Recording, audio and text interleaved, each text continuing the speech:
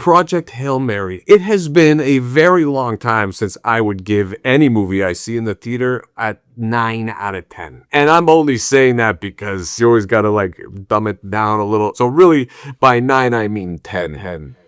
I absolutely love how they infuse the science, the humor, and the sincerity in this story. But right out the gates, Ryan Gosling is captivating. And the whole scenario is captivating. So many of these types of movies just talk about how grim the future is gonna be for us here on Earth. But this movie shows that you can actually fight to make it better. That there will be a solution of some kind to what seems our inevitable demise.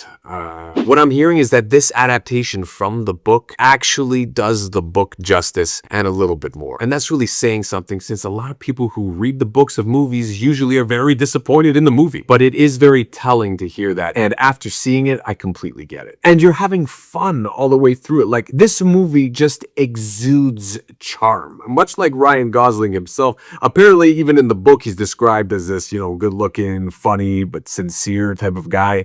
And that's pretty much Ryan Gosling, I'd say. For a guy who's interacting with an animatronic for most of the movie, it's still by himself, and he does an incredible job. Ryan Gosling just got this calming presence about him while still making you laugh with his subtle brilliance in comedic timing, while also capturing the sincerity of the moment in the role that he's playing, especially the dynamic between him and Rocky, the alien friend that he meets. Apparently, there was no CGI, really. There are no green screens. Rocky, the alien himself, is an animatronic kind of puppet. And for me, if you know here on my channel, I love practical effects. They're the only thing that truly capture an essence of something not only mysterious, but it captures life that CGI can't, okay? Because I'm not going to see a cartoon here, and that's all CGI has really become, especially when they're rushing timelines and it just doesn't look right. But there's something about a practical effect, especially a puppet like this or an animatronic, that obviously makes the whole thing much more believable. And just the way they depict this, that first initial interaction between them where they're trying to learn each other's language, and even just the first time that they tap on that glass, and just kind of how frightening but exciting that is. And Gosling captures all of that. And so does the animatronic. And then when he gives Rocky a voice, the comedic timing and